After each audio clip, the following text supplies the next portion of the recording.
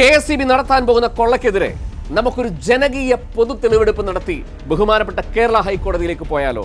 എന്താ ചെയ്യേണ്ടെന്നല്ലേ പറയാം. നിരക്ക് വർദ്ധിപ്പിക്കണം എന്നാവശ്യപ്പെട്ട 111 പേജുള്ള ഒരു ശുപാർശയാണ് KSEB റെഗുലേറ്ററി കമ്മീഷൻ നൽകിയത്. ഈ വിഷയത്തിൽ കേരളത്തിൽ കോഴിക്കോടും പാലക്കാടും എറണാകുളത്തും തിരുവനന്തപുരത്തും റെഗുലേറ്ററി കമ്മീഷൻ പൊതു തെളിവെടുപ്പ് നടത്തി. ആയിരക്കണക്കിന് മനുഷ്യരാണ് അവിടേക്ക് പൗരബോധത്തോടുകൂടി എത്തിച്ചേർന്നത്, തങ്ങളുടെ ആശങ്കകളും എതിർപ്പുകളും അറിയിച്ചത്. ആ മനുഷ്യർ ഹൃദയത്തിന്റെ ഭാഷയിൽ സല്യൂട്ട് രേഖപ്പെടുത്തുകയാണ്. എന്നാൽ അതിനുശേഷം KSEBയിൽ നിന്നും റെഗുലേറ്ററി കമ്മീഷനിൽ വരുന്ന വാർത്തകൾ അത്ര ആശാവഹമല്ല. അതുകൊണ്ട് തന്നെയാണ് ബഹുമാനപ്പെട്ട കേരള ഹൈക്കോടതിയിൽ ഈ വിഷയത്തിൽ ഒരു പൊതു താൽപര്യ ഹർജി റിട്ട് പെറ്റീഷൻ സിവിൽ 32-608/2024 ഞാൻ സമർപ്പിച്ചത്. ഈ കേസ് വിശദമായ വാദം കേൾക്കുന്നതിന് ഈ മാസം 30-ാം തീയതി അവധിക്ക് വെച്ചിട്ടുള്ളതാണ്.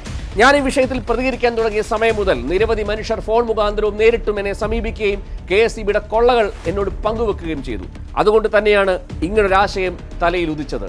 കേരളത്തിൽ 7 ജില്ലാ ആസ്ഥാനങ്ങളിൽ ഈ മാസം 26-ാം തീയതി നമ്മളൊരു ജനകീയ തെളിവെടുപ്പ് നടത്തുന്നു. ഞാൻ പ്രതിദാനം ചെയ്യുന്ന പാർട്ടിയോ ഞാൻ ഒറ്റയ്ക്കോ നേരിടേണ്ട ഒരു വിഷയമല്ല. ഇതൊരു ജനകീയ വിഷയമായതുകൊണ്ട് തന്നെയാണ് ഇത്തരമൊരു ആശയം പങ്കുവെക്കുന്നത്.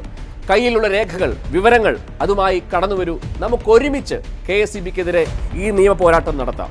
വയനാട് ജില്ലയിൽ കൽപ്പറ്റ MGT ഹാളിലും, കോഴിക്കോട് ജില്ലയിൽ നളന്ദ ഓഡിറ്റോറിയത്തിലും, എറണാകുളം പബ്ലിക് ലൈബ്രറിക്ക് സമീപം C അച്യുതമേനോൻ ഹാളിലും, കോട്ടയം മുനിസിപ്പൽ ഓഫീസിന് സമീപം YMCA ഹാളിലും, ഇടുക്കി ജില്ലാ വ്യാപാരി ഭവൻ ചെറുതോണിയിലും, ആലപ്പുഴയിൽ നരസിംഹം ലോഡ്ജിലും, തിരുവനന്തപുരം ചെട്ടിക്കുളങ്ങര ക്ഷേത്രത്തിന് സമീപമുള്ള NSS കരയോഗ മന്ദിരം ഹാളിലും ഈ മാസം 26-ാം തീയതി 10 മണി മുതൽ നമ്മളൊരു ജനകീയ തെളിവെടുപ്പ് നടത്തുന്നു.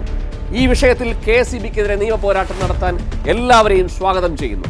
ജനങ്ങൾ ഒന്നിച്ചു നിന്നാൽ തകരാത്ത കൊള്ള സങ്കേതങ്ങളും കൊള്ളക്കൂട്ടങ്ങളും ഇല്ല എന്ന് നമുക്ക് ഈ നാട്ടിലെ ജനങ്ങളെ ബോധ്യപ്പെടുത്താം.